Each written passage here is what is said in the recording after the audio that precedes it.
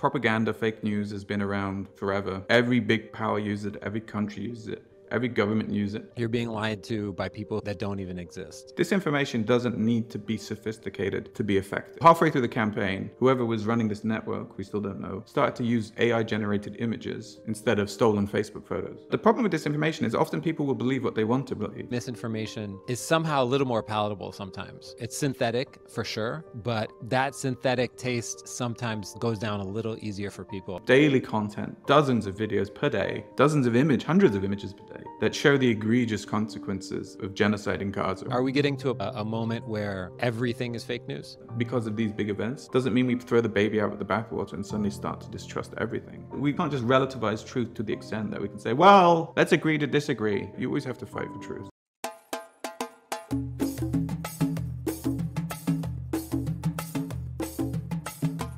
Hey, welcome to the AFIKRA podcast. My name is Mike Imhenna. Today's episode is in partnership with Qatar Foundation, and I'm really excited to have our guest, Marc Owen Jones, who is an associate professor of media analytics at Northwestern University in Qatar, who is also the author of Digital Authoritarianism in the Middle East, Deception, Disinformation, and Social Media, a topic that sadly is relevant today as ever. Marc, welcome to the series. Thank you. Thanks for having me. It's great to be here. So let me ask you a really basic question to start. When did the concept of disinformation really enter the mainstream? And this idea of using media to actively confuse or uninform or disinform the public? Well, I mean, I suppose the concept of disinformation is historic, right? Hundreds of years, but I'm not going to go that far back. You said, when did it enter the mainstream?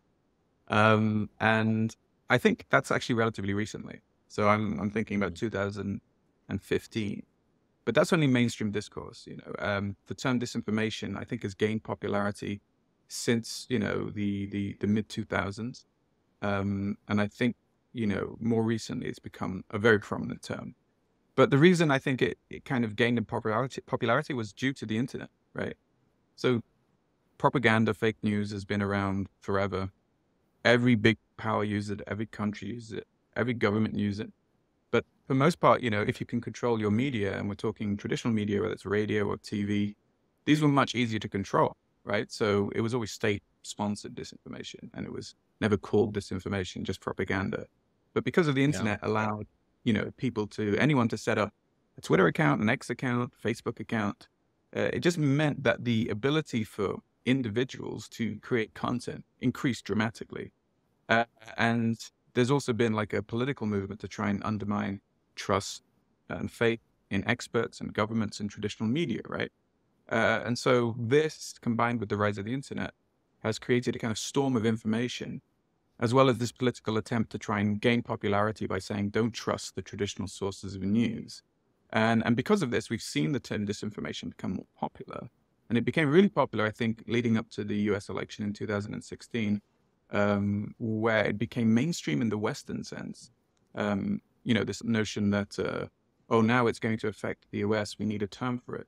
But for people like myself and people like you who live in the Middle East, the Arab uprisings was a really kind of important time in the rise of disinformation. At the time, everyone was thinking social media is going to bring democracy in this very patronizing sense. I was also, starting my PhD, then looking at how actual social media was being used, not just by governments, but by others, including Western corporations, to spread fake information, to intimidate people. But I would say that kind of social media age, emerging from 2008, 2009, accelerating through the Arab uprisings, has been a really key moment in mainstreaming the term disinformation, certainly in the Middle East. In the Western sense, I think it was leading up to the Trump election in 2016, where suddenly the specter of Russian involvement was the thing everyone was talking about. And then, there was a sort of moral panic about the information space. So that's kind of a long, rambling answer. But I wouldn't say it's hard to pinpoint that point, but I think it depends exactly where you live. And the modern relevance of the term, I think, again, in this Western-centric sense, is due to American security interests. Is there something that's regionally unique about the way disinformation campaigns are or the way that they exist in the Arab world more broadly, in the Gulf specifically, if you were to compare them to regions, other regions around the world, both in the global South and as well as sort of just like global media outlets. Yeah, I mean, I think there are unique uh, aspects of disinformation campaigns because all communication is, or effective communication needs to be culturally embedded. So if we take that aspect, certainly we'll see that the way content is delivered, the messaging often reflects kind of local norms and local, if effective disinformation will really tap into very specific elements of a kind of local context. But even the technical sides, there's differences, which is really interesting. I mean, if I was to say, first we have to look at the way in which these platforms work. Most of them, apart from TikTok now, are US-based companies, right? So what does that mean for disinformation in the region? Well, it means a number of things. It means how does the political relationship between the US and those US companies relate to the global South? And this is really important with disinformation because what we're seeing is this notion, a bit like data colonialism, where we see social media companies taking much less responsibility because they care less about what happens in the global South, right? We've known this from Facebook insiders. They've said, for example, if something bad happens with our platforms in Europe or the US, that could create a political mess or bad press for the company, we're going to take action quickly. Whereas if it happens in the Middle East or further afield, we don't care as much. The ramifications for that mean that the bad for the world content, and this is a term that social media companies often use, bad for the world content, which includes disinformation, hate speech, proliferates in the global South. So you have this kind of imperial sort of data imperialism effect where you have these Western corporations profiting off the data from people in the global South, but taking less responsibility for the consequences of the harmful effects of their platform. It's a bit like when people send their rubbish to the global South, where Europe sends their rubbish to the global South. It's that kind of attitude, but in data form. So what that means is we have a proliferation of fake account bots that endure much longer. Abuse of the platform endures much longer in this region. And that means we just see, in a way, more of it, or more readily identifiable fake accounts and disinformation because there's so much less policing of it from these Western companies. So this idea, I mean, you have one of the names of the chapters in your book is you're being lied to by people that don't even exist. When you started writing this book, when you started working on this book, that was before ChatGPT and before the prevalence of these like large language models, where you really everyone has access to this technology at this point. So is there a meaningful difference like pre ChatGPT bots and post ChatGPT bots? Like, are those, is this like pre-nuclear and post-nuclear? Like, how has this changed the game, and how has it changed the way consumers are reacting and prepared for these fake people? Yeah, I mean, this is the big question now, especially with disinformation. AI is affecting everything, and generative AI and ChatGPT are also going to impact the disinformation world. But I think it's really important to unpack this. Firstly, I think we're at the point where generative AI is not necessarily making the big impact people thought it would have on disinformation. And the reason I say this is because disinformation doesn't need to be sophisticated to be effective. I think a metaphor I also use in the book is the success of the AK-47 rifle. It was made to be rugged, to be crude, but to be survivable, right? And good disinformation is like that. It can be cheap, but it can be effective. It doesn't have to be sophisticated. And I think the quote that you mentioned, you're being lied to by people that don't exist, really embodies this. Because that campaign that I investigated and wrote about in my book symbolizes how crude, I suppose how disinformation can be effective simply by manipulating human trust. So that campaign was really interesting because, to summarize it, myself and a journalist from the Daily Beast, we essentially identified a network of about 25 journalists who managed to trick 40 to 50 different international news organizations into publishing almost 100 op-eds, right? Those journalists didn't exist. But why did they manage to actually put out that content? Well, what they did, they created a blog called Arab Eye in Persia now that were meant to look like Middle East focused, news sites. They populated that blog with articles that they had written to give them some sort of backstory. And then they created fake social media profiles on LinkedIn, Facebook, Twitter, right? So if you were an editor of a newspaper and someone pitched you a story, one of these guys pitched you a story and you Googled them, you'd see that they'd have publications. They had a site on Muckrack, which journalists often use to put their pieces. They had a photo. They had a LinkedIn. So there's been air of credibility here. But what we found is the people in that network were using stolen Facebook photos, completely making up their credentials. And how did they trick the editors, though? Well, the editors didn't do one simple thing, which was to have a video interview with those journalists. Because if they'd done a video interview, they would see that the person they were speaking to obviously did not match the image. That doesn't require sophisticated AI. None of this does. The trickery didn't, and the editor's vetting didn't, right? All they did was trust that the people messaging them on email were real people, and they weren't. Although I will say what was interesting about this campaign, AI comes into it at a certain point. So halfway through the campaign, whoever was running this network, we still don't know, started to use AI-generated images instead of stolen Facebook photos. And that makes one thing a bit more difficult. Whilst you can sometimes see that the image was created by AI, you can't prove it definitively. And also you can't do a reverse image search. So if you try and search for an AI image, you won't get someone's stolen photo because the photo will be unique. So they do adapt and they do use these techniques that make things more difficult. But I would just say at this point, the AI boom in terms of disinformation is perhaps not as bad as people thought. But I will be happy to talk about how bad it will get and some of the AI stuff that we are seeing that is significant. Yeah. I mean, maybe we can go there now because the tech is out there, right? Like right now, the tech is out there for that fake journalist to have a video call. Right. With, where they can change their face. Yeah, or they could just say, I don't want to reveal my identity because I'm worried about, some people have done that before, right? I've investigated our case. It's where I'm at. Yeah, That's a good point. I mean, do you want me to answer that now? Because yeah, maybe we'll go into it now since we're on the train. I mean, you're absolutely right. Now, in theory, if someone wanted to, and obviously the accelerated pace of technology means that very quickly that technology will be even more accessible. That would allow someone to trick an editor by having a Zoom call and even creating like an AI persona, like create an AI persona on your computer that you could use for photos and then also use it in video, right? So that will exist. So what do we expect then? An editor has to physically meet the person. Yes, we'll have other digital ways of verifying identity, but yes, it will get more complicated. And of course, that's just in this method we talked about. I mean, of course, AI-generated content now is being used online to trick people, and it's working. But the thing is, the point I was making is it didn't have to be AI content before to trick people. And this is another important aspect about disinformation. If you had, and we've seen this, for example, in the war on Gaza, is people creating AI videos of Hamas leaders.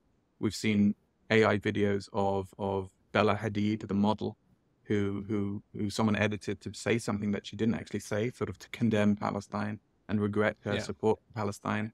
And if you saw, for example, that video of Bella Hadid, which was a real video then manipulated by AI to make her say something that she wouldn't say, if you saw that, yes, you might believe it.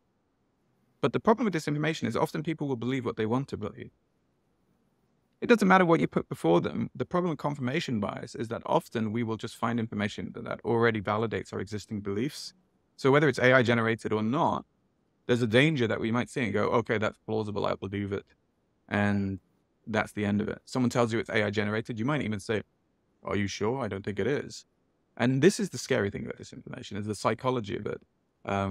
Technology is one thing, but trying to change people's belief is a whole different level. Yeah. Even I feel like there's an interesting conversation to be had around almost like benign AI.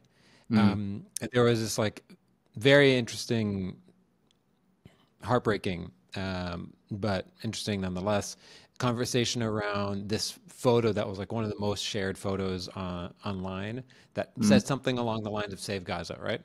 And it was like all these tents and The All Eyes on Rafah, I think that one. exactly, all eyes Yeah, on yeah, Rafah. yeah. Exactly.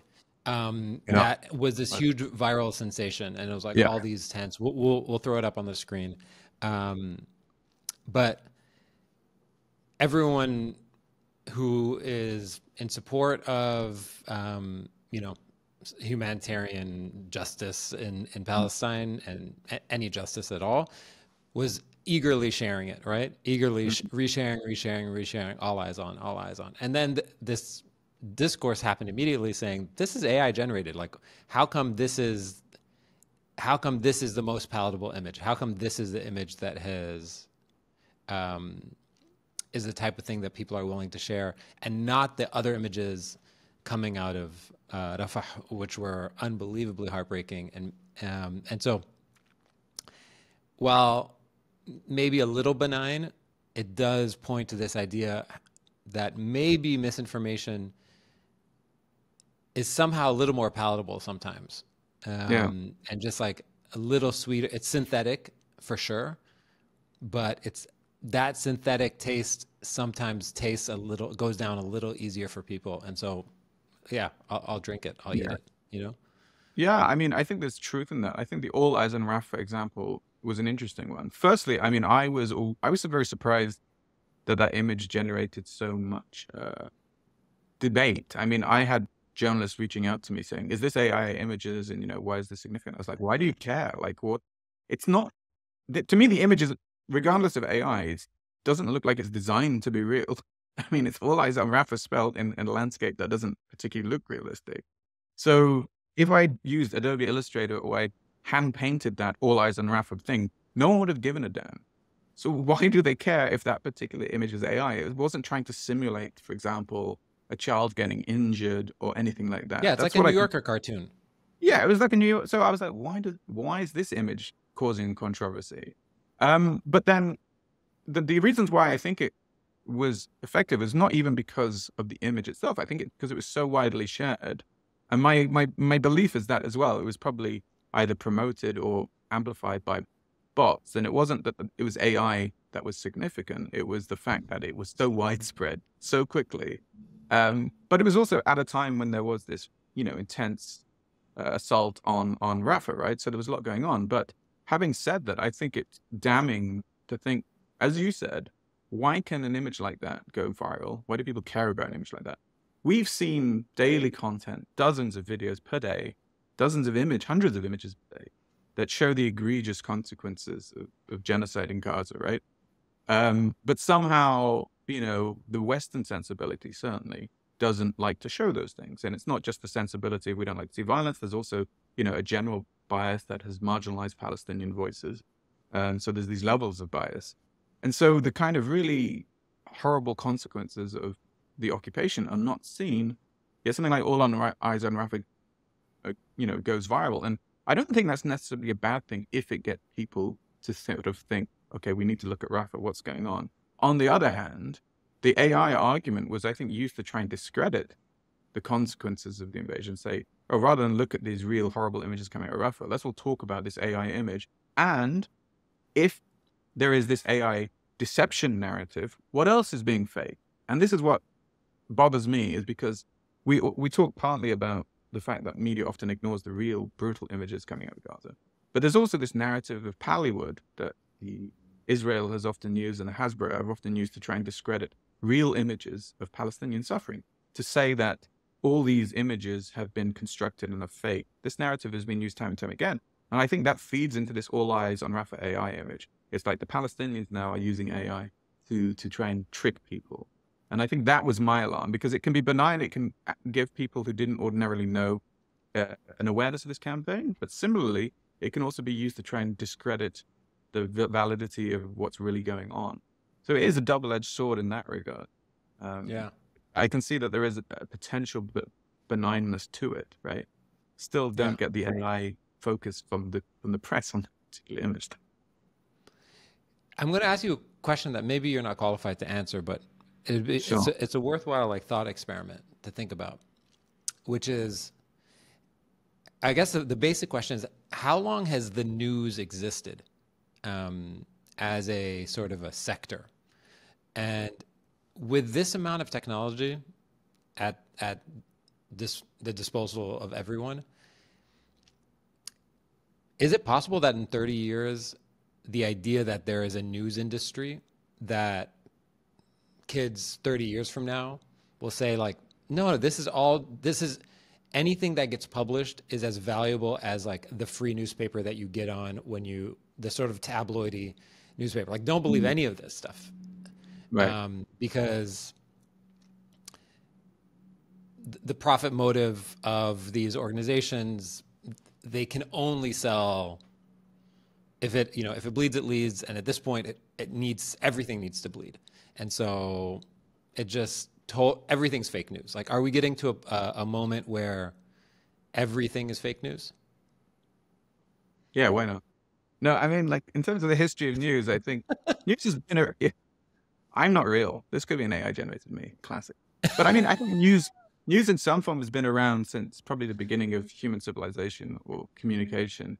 I mean, to use one example, I mean, Tom Standage, when he talks about social media in particular, he talks about the Roman Empire, right? He talks about the fact is that often people would have these, what would look like an iPad now, but it was like a chalkboard and they would just write current events. Yeah, And these quite literally a tablet.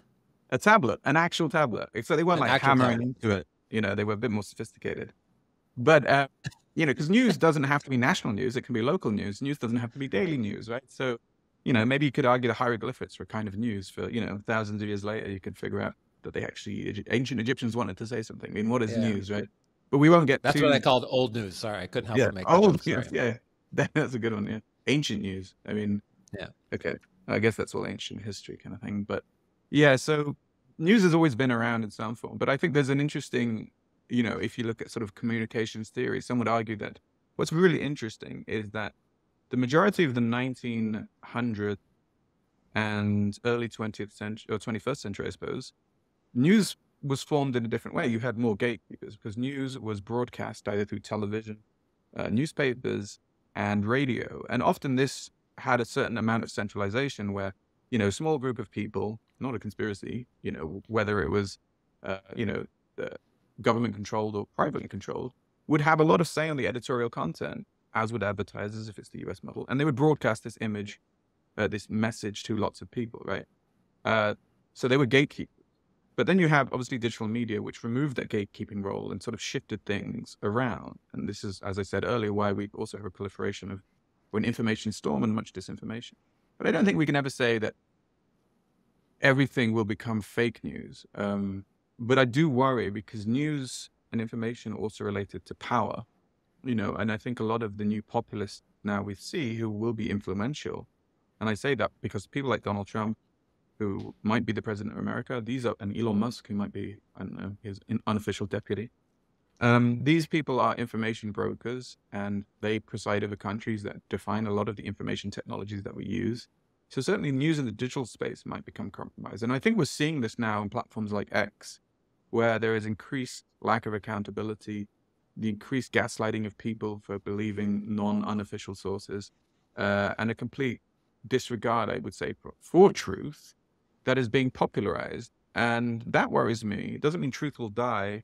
It just means that people who do tell the truth might find themselves in that kind of fascist situation where they are then considered the outliers. I think we're at a point now where truth tellers, are sort of disparaged, right? If you tell the truth, you just get accused of being mainstream or, having the woke virus or something. I mean, they say truth has a liberal bias. And now, I think there's an attempt to turn that into, okay, let's get rid of the truth then, because we don't like the liberal bias. We don't like liberals. So I do worry, but truth is always a fight, right? You always have to fight for truth. I think that's been historic. So it's a question of whether we're winning or losing the fight, I suppose. Me. I mean, already I'm making it sound like I know the truth or I tell the truth. Yeah. I'll leave that. And even the idea of sort of like, even the idea of like capital T truth is kind of shaky as well. I mean, even that idea, because in order to get to some sort of deeper truth, when things are complicated, right? When there are multiple sides to a specific event, even that idea is tricky, right? I mean, I think we can take it too far. I mean, some people try to make a distinction between facts and truth. I think if we were going down this road where truth is subjective, we could at least say to the point, well, maybe there's consensus on certain facts or interpretations that have validity. You know, to use the basic example, 2 + 2 is 4. Most of us would agree for that. But people say, well, that's fact. That's a mathematical fact. But we could also make claims about, you know, that event definitely did happen in the way that we believe it to happen, right? And often that's when things become a bit undone, because most people won't necessarily be witnesses to those facts, but they will be basing their interpretation of that. For example, you know, how was JFK shot, right? Story, it was Lee Harvey Oswald. Some people say, no, it wasn't. How do you know I weren't there? You know, our basis of understanding that is based on a trust of certain institutions and organizations that have narrated those facts to us, right? So interpretations of events and things that happen where we were not present relies a lot on trust. And it's not necessarily about whether those things did or did not happen. It's about whether we interpret them and believe that they happened in a way that was told to us. So in that kind of situation, it's also about trust and credibility. And there is an erosion of that, or an attempt to erode that trust and credibility. When you have populist leaders saying, don't trust the mainstream media, don't trust the government, that's an attempt to do that. And some of that is valid, right? Sometimes we have been lied to many times. You know, as a British citizen, look at WMD, that was a lie. And it's understandable that people would lose that faith.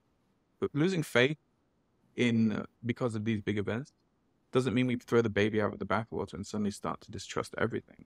But I do think we need to, we can't just relativize truth to the extent that we can say, well, let's agree to disagree because, you know, I think something, you think something. I mean, if you know, I have to deal with this a lot living in the Middle East, you know, going back, you know, growing up here, people are like, wow, you go to school on a camel. I was like, no, I go on a bus.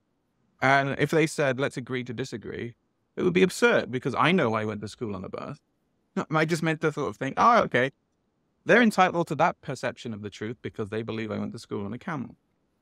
It doesn't change the fact that I went to school on a bus. But how do I convince them? This is the issue. Yeah. So there is a truth there, surely. So this idea of, since we sort of entered into the idea of talking about some of these, I'll use a term that some people use, right? These like sort of mainstream legacy media outlets that are and have been for many years sort of like the newspapers of record, right? Right. So I have two questions about this. One, I guess the first question is the idea of record. Oftentimes, or previously, they were printed, right? They're print media, right? Most of them are no longer printed. Most of them are published online, saved on servers in locations we don't know, right? And so the records exist online. Has there been any concern or nervousness about or concern that things like this could be expunged, like these records at some point can be changed and these articles deleted, and for people to not be able to reference what happened? So like for somebody like me who's like, what happened in the 90s? Right. The invasion of the Gulf War, the invasion of Kuwait, right? What happened back then? What were people writing back then, not being able to access these articles? Is there any concern about this and how that could actually be used for later misinformation campaigns? Well, I mean, it's very 1984, the idea that you have people who might go back into this historical record, edit it, say what the powers that be wanted to say. But yeah, of course. And I think the problem with anything historical, you know, as someone who did my PhD in history, much of what I wrote was based on archival records from the early 1900s, for example. And what tends to happen with anything, whether it's newspaper records or media records, is that the longer the distance between, or the longer the time between an event and when you, for example, start to do research, the more chance or the more difficulty in theory there is of getting that data, right? That's often where specialists come in, right? That's where you have archivists. Academics will often be ones who specialize in trying to find particular information from an age, but it's a niche industry, right? The whole point of the internet was it would expand a lot of what we know historically and make it more available. And that does happen. Like when I did my PhD, for example, I was looking at Gulf history, and much of that was in these, you either had to go to the the National Library in the UK to go to the India Office archives and go through all these kind of papers. Or you could find, for example, edited volumes of these records in books, but they were still hard to get unless you knew the library. And then recently, for example, the Qatar National Library digitized them with the British Library. So anyone can now just go and search for content and find one of these documents that previously would have been really hard to get. But I think with the newspaper and these archives, of course, there's a danger that they might disappear, but they will probably never fully disappear. They will probably just become harder to access. And access will always be an issue when it comes to truth, right? Because who has access? What privileges do they have? What biases do they? But I think, the trend we've seen over the past 100 years is that those old archival things of, say, the New York Times or the Financial Times or, the Khalij Times are becoming more available. I can now look at the digital records quite easily of a mainstream broadsheet paper of record. It doesn't mean it won't disappear, but I would say the pattern is that we have more access now to historic records, at least in newspapers, than we did before. Yeah. Again, this is, you can't predict the future, but have there been moments, you can. I wish. But Rich, if I could. Yeah, have there been moments in the past that we can sort of look at that might give an indication of what is to come with some of these mainstream huge institutions? Like before the Iraq War, the weapons of mass destruction, lie was peddled, and there seemed to have been no accountability for the lack of due diligence by so many of these outlets. And that story keeps on happening over and over again. But has there been a moment in the history of this sector where huge outlets were actually held to account and either collapsed or had to change in any meaningful way, shape, or form? Well, I mean, I don't think so. I mean, actually, I think much of that accountability, when it comes to news platforms, doesn't necessarily relate to the truth, the telling of the truth or falsehoods. So there've been moments where, for example, in the case, you mentioned WMD, and that was peddled both in the US and the UK. And obviously lots of people lost trust in the media, but there wasn't really much consequence. In fact, we really saw the kind of end of newspapers like News of the World, which is another Murdoch newspaper, not because it had lied about WMD, a lie that had legitimized the war that then cost hundreds of thousands of lives. No, actually, what happened was there was a scandal about the phone hacking of, I think it was the mother of a dead person, right? It was, morally reprehensible journalism, but compared to lies that justified a war, it seemed quite trivial. Even with Fox News, which still survives, some of the scandals around that were about the kind of, the behavior of its executives, and their, sexual assault of women or sexual harassment of women. And that caused scandals, and these scandals maybe threatened those organizations, but I would never say that it was really the inability or the deliberate manipulation of truth that ever was a reason they were held accountable. And I think, when we see something like how the Gaza war was reported by, the war on Gaza was reported by the New York Times, is that, you'll have people losing faith in those newspapers. But really, it doesn't seem to make a significant difference to their readership. And I think unless there's a financial pressure or some other public scandal that seems to resonate more, then I don't think much will happen, unfortunately, because ultimately I feel like the main purpose of these news stories is to accurately represent the world as it is. And if you can't do that, you should be held to account. But it doesn't happen that way, at least not that I'm aware of. Yeah. Yeah, I don't know. I mean, if we take a look at the last year, the last 10 months in Gaza, the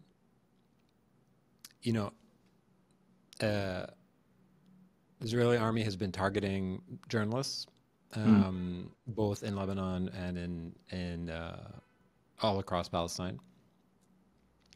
And the sort of the role of journalists has been being performed by citizens, what we now dub as citizen journalists. I'm wondering, from your perspective, the increase in citizen journalism, has that increased how much people know the truth, the amount of truth that people know about what's happening on the ground in a meaningful way? Is there things that you hopes that you have for the future when it comes to how the truth is actually being disseminated? Mm. I mean, I think when it comes to Palestine particularly, it's easy to be despondent. But actually, I think some of the data is telling us of late that people's positions, especially, and I'll get to the sort of the Western factor in this, are shifting to be more favorable and supportive of Palestine. And this is largely due, I think, to alternative media. And I think particularly since October the 7th, the ability of people in Gaza and the West Bank to document the daily brutalities inflicted upon them are vital in actually shifting people's perspectives. And I think particularly amongst young people who obviously are a huge user base of things like Instagram and TikTok are being exposed to it. And young people are also more, I don't want to use the word impressionable, but they are more receptive to interpretations of the world that they haven't been, forced down a particular way. You have to believe this particular story or this narrative, right? So they're asking more questions. So I think there is this massive effect on young people. And I think most people of conscience, when they see this, that they know that it's horrific. And unless they're really ideologically already kind of skewed, they will be affected by it. So I do think it's really important. It's a really important space, but it's not that it's ineffective. It's very effective. I would say it's inefficient. Unfortunately, we talk about this kind of citizen journalism in say, Gaza. And why do we talk about it? Well, it's important to document these things, but it's important to document them so the world can witness. Why? So it will stop. That's the ultimate goal, right? That's what we want to see happen.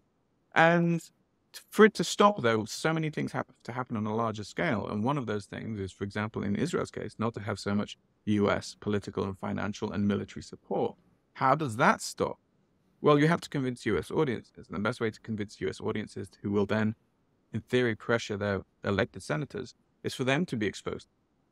However, if it's not going on in the mainstream media in the country that you need to influence, it's going to have less effect. I mean, we see this in the Middle East. I would say the majority of the people I come across in the region, and I'm generalizing here, but certainly would be very supportive of Palestine and frustrated at their own government's lack of doing anything about Palestine. Maybe the governments can't, but it goes to show that just because you have millions of people who support Palestinians doesn't mean anything's going to change on the ground, right? So how do you get that change? Well, I think that's an important question. I think social media is working. Citizen journalism is working. It's just a lot harder to try and change the mechanism that will lead to political change, because you have to get at the centers of power that are perpetuating this occupation and genocide, unfortunately. All these citizen journalists are using platforms to upload their content, right? So they're not independent, obviously. It's impossible to be independent if the channels through which you post stuff are controlled by, organizations that you don't run. Right. It's not like they are walking around handing flyers. So it begs the question, somebody like you or anyone studying this situation, is it impossible to imagine that these platforms are independent? Is it it impossible to even ask them to be independent? Not impossible. They are the journalists. Yes, they're using those platforms, and they are subject to what those platforms are doing to their content. And for example, if you're a citizen journalist coming out of Gaza, we've seen this a lot. People complain about shadow bans. Are those platforms moderating that content more? And there's evidence to show that platforms like Meta are censoring pro-Palestinian content more. Yeah, this episode is going to go out on YouTube. It's going out on Spotify. It's going out on Twitter. It's going to go out on Instagram. Yeah. Who knows what the people who run these platforms, how much their opinions help or hinder our ability to say this? No, they do. I think ultimately I mean, not all organizations are the same, but if we look at, for example, X right now or Twitter, Elon Musk's personal beliefs really impact what goes on that platform or who can see what, right? And there's no secret that he bought that Twitter, at least in my opinion and many people's opinions, to be a platform or a pulpit for his own ideology. But it's not just about his beliefs. He, by being the most followed person, can reply to a racist tweet. And that will then boost the racist tweet, which will then impact the algorithm, which will then promote that content and then for demote other content, right? So he's like a personal curator in chief or editor in chief of his platform. So maybe this podcast is not going to get that much attention on Elon Musk's platform.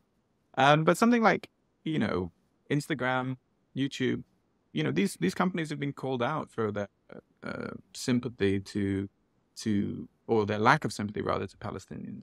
And so, it's very possible that they might demote pro-Palestinian content in their algorithms. And we know that does happen. So they're not independent. And how can they be?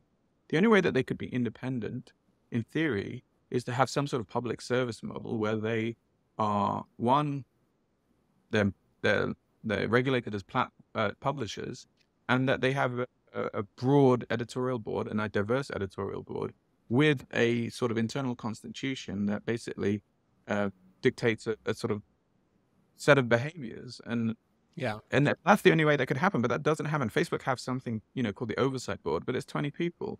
And Facebook has billions of people. There's no way 20 people could effectively moderate that much content, right? And often these things are window dressing. It's like, we got this oversight board to make it look like we are including other people. To me, that sounds as likely as creating the Star Trek Justice Council. Yeah, that's not going to happen either. It doesn't seem particularly likely that would work for a publicly traded company. No, it's not. I mean, and these are profit-making companies. At the end of the day, their bottom line is profit. So if it's going to affect that, it's not going to happen. So there's this classic stand-up bit where Bill Burr is talking about Lance Armstrong and the biker, right? Who raised millions and millions of dollars for to support cancer research, and then was found guilty of taking steroids, right? Right. And the stand-up bit is he was basically saying, I don't care that he's taking steroids. As it turns out, all of them are taking steroids. So fine, our roided up guy beat your roided up guy, right? And so I kind of think about that stand-up bit all the time when I think about this news, because to me, I always think of it as like, maybe this Star Wars Justice Council is completely impossible to actually imagine. And so our fake news is beating your fake news. Is that basically the best we can hope for? Is that our rigged system is stronger than your rigged system? That's how the system works. I don't think it's how the system should work, right? And, if you look at what's going now, Russia, Ukraine, if you look at Facebook publish all their information operations data, right? They say this organization or whatever have been promoting fake news, or no, not fake news, but using manipulation to get their message across, right? You look at actually the highest in terms of revenue, people have spent the most on this, in this case, is pro-Ukraine forces, right? And this is not a comment on whether I support Russia or Ukraine. I mean, I think Russia illegally invaded Crimea. And I can kind of see why, in this case, people would want to use the good propaganda to do it. But it's not about whether I agree with the message or not that's important. To me, it's about fidelity of the message. I think there should be authenticity in that space.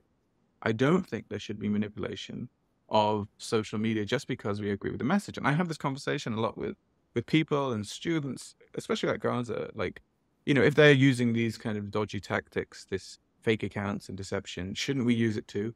And I was like, well, you can, but also undermine your credibility, and we use it to undermine your credibility. And also, what's the big picture, right? You're just going to be swimming in an information space full of bots and fake accounts and untruths. How is that useful to anyone, Well, maybe I'm biased because my job is to try and, or at least my desire is to find what I think to be true. So I don't think it's a good idea. I think that's what many people think. And I think often people think the ends justify the means. But unfortunately, the ends never come because the world doesn't end. There will always be another conflict. There will always be another political scandal. So if you have that, Yeah. by virtue of that, people will always be saying, okay, this justifies another campaign, and let's use these dodgy methods to make it true. So I think we need to actually have a commitment to authenticity. And by authenticity, I mean, like, people say one person, one vote. I think, one person, one real account on social media, for example. Just things like that. I mean, I'm being simplifying it, but I just do think that we need to have a commitment to authenticity and not manipulating stories just because we and whoever we're with believe in that cause. Yeah. Of course, there'll be exceptions now. And if you ask me about something, I'm like, well, maybe in that case we need to. Yeah. Every now and then my dad sends me an article or something that he sees on Facebook or whatever, and he says, "Is this fake?" And as somebody who was born in the 80s, I have specific tells. And some of the tells are like black background, all caps, red font. Right. Right. I'm like, okay, this is fake. Right. But that's like very much a early internet. That is a relic of the early internet. Yeah. And so, and if something is, made on Midjourney or something that's made on some AI platform that I don't know, I don't know the tells. And it's because I came up in a very specific internet world, and I grew up in that internet world. Right. I wonder, the students that you teach right now, who were not born in the 80s, but instead are coming up in this post-AI world, right? Do you think they can identify AI-generated content more natively than I can or you can? I don't actually know. I mean, I do wonder this myself. I mean, I'm pretty good, I would say, at having a handle on it, but that's also because it's my area of expertise and job, and I spend a lot of time looking at this. But I would imagine anyone who uses a tool more to produce content, such as an AI tool, will also be better at determining whether the content that they see is AI, just simply by experience, right?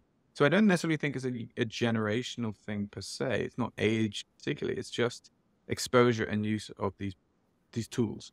So if you use them more, and there's a good chance that if you're born, recently and you grow up with these tools, you will be more attuned to the content they produce. So I think yes, but not because of age, but because of exposure as a result of age. And it's also possible that other journalists and whatnot in this space will be equally good at doing that because we also are exposed to this a lot, Two last questions before we wrap up. One is about the region. So just yesterday we were having a panel discussion, and the panelist was mentioning that about 10 years ago, the Arab world was #1 consumer of so many things, right? So sort of in the GCC, it was heralded as #1 in consumption, whether it was Twitter usage or YouTube usage, cell phone integration, a lot of online digital consumption. And I wonder if that has also, if in your work you've noticed that has that led to more consumption of disinformation and getting us the end user to, has their appetite for disinformation has it become higher, or has it led to a higher level of sophistication and sort of immunity from these types of campaigns? Well, I would think there's one metaphor or analogy rather that was important, and it was that in media literacy and media, what they call it, not aid, something like that. I mean, but it's kind of this media support that you often see Western countries going to the former Eastern Bloc after the fall of the Berlin Wall, and also the global South, to give lessons on how the media should work, media literacy. But I remember the quote of one journalist. It's like, actually, people who lived in the former Soviet bloc should be the ones giving lessons to Western journalists about fake news and disinformation, because ultimately they just know how it works. And I think for the Middle East, where state media has been controlled for so long, I think the same logic applies. I think people are so familiar with it so aware. Yes, the technology has changed and media literacy has to adapt. But I think people have always been fairly savvy about not trusting certain news organizations or knowing the limits of those news organizations. Because I don't think there's been much pretense that there have been, that the state controlled or manipulated. So I do think that's always existed as a critical element. Having said that, there's also that danger that people will just also believe that the side that they choose to believe and will reject oppositional content in a different way. But I do think that appetite is increasing, and I see it every time there's a recent development, whether it was the protests in Lebanon a few years ago, or the Qatar blockade, or what's going on in Gaza.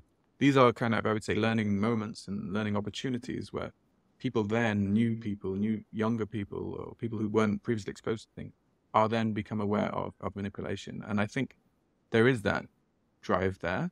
But at the same time, I think also, if you look at the majority of people, I think most people also really just care about if they've got a job, where they're going to go, if their kids are going to have work, right? So I don't know how much of a priority it is, but I think there's a degree of savviness there. And I think also because governments are actually introducing media literacy, which will also, in theory, make people more aware that they might be being lied to, even by their own government. Yeah. You alluded to like your childhood and folks in Europe saying, "Hey, did you go to school on a camel?" Right? People legitimately ask me that. I mean, of course. Crazy. I mean, people ask me that as well, and I said, there isn't an inch of desert in all of Lebanon, right. So there's many camels. Aren't any camels. But here's a question. Here's a question for you. So that narrative about the Arab world wasn't an accident, right? It goes back to Lawrence of Arabia. It goes back to centuries of orientalizing this region with very, very specific purposes. And so that narrative was meticulously created and promoted and sort of propagated.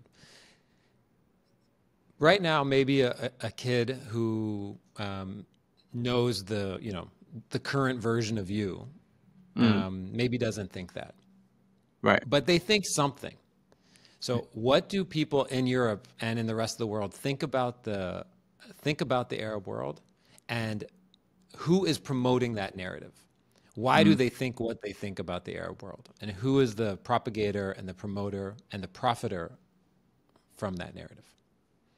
Well, I think now the narrative, even though fairly reduction is, well, all these narratives would be, but more sophisticated than you went to school on a camel, would be a sense of danger and difficulty and harshness and conflict, right? So the sense is, I get people will ask me, like, how do you live there? How do you survive? Isn't it dangerous?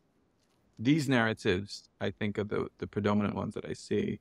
On a slightly less abstract level, like people will be surprised that you have access to things like healthcare or water. I mean, but I think the danger narrative is one of the most offensive ones. And I think the way that's pushed historically is much of the Middle East and the coverage of the Middle East in the Western media has focused on frames of violence and conflict, right?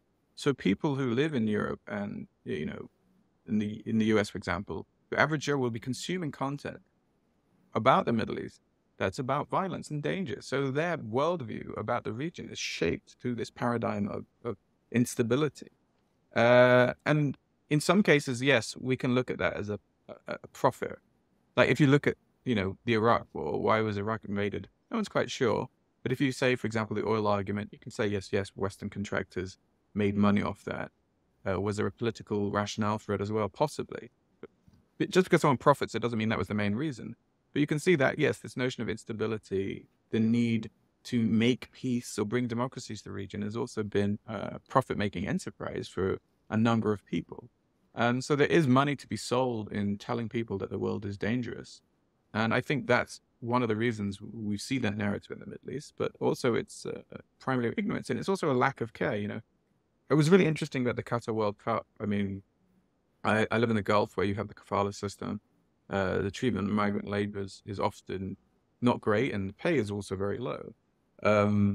But what really I thought was very interesting is when it came to the World Cup, if you compared, and I did this analysis of all mentions of the word Qatar and World Cup, and all mentioned the word Russia and World Cup, because Qatar and Russia won the bids for the World Cup on the same day. I found that it was striking. It was about 40% of all headlines about Qatar were about the World Cup, right? And they were negative, of course. About 80% were negative.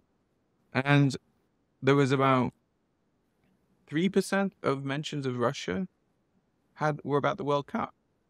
And so it was really striking, even though Russia was this massive superpower that, you know, shot down a Malaysian airline, annexed Crimea, they violated international law at the time. It was poisoning people in the UK.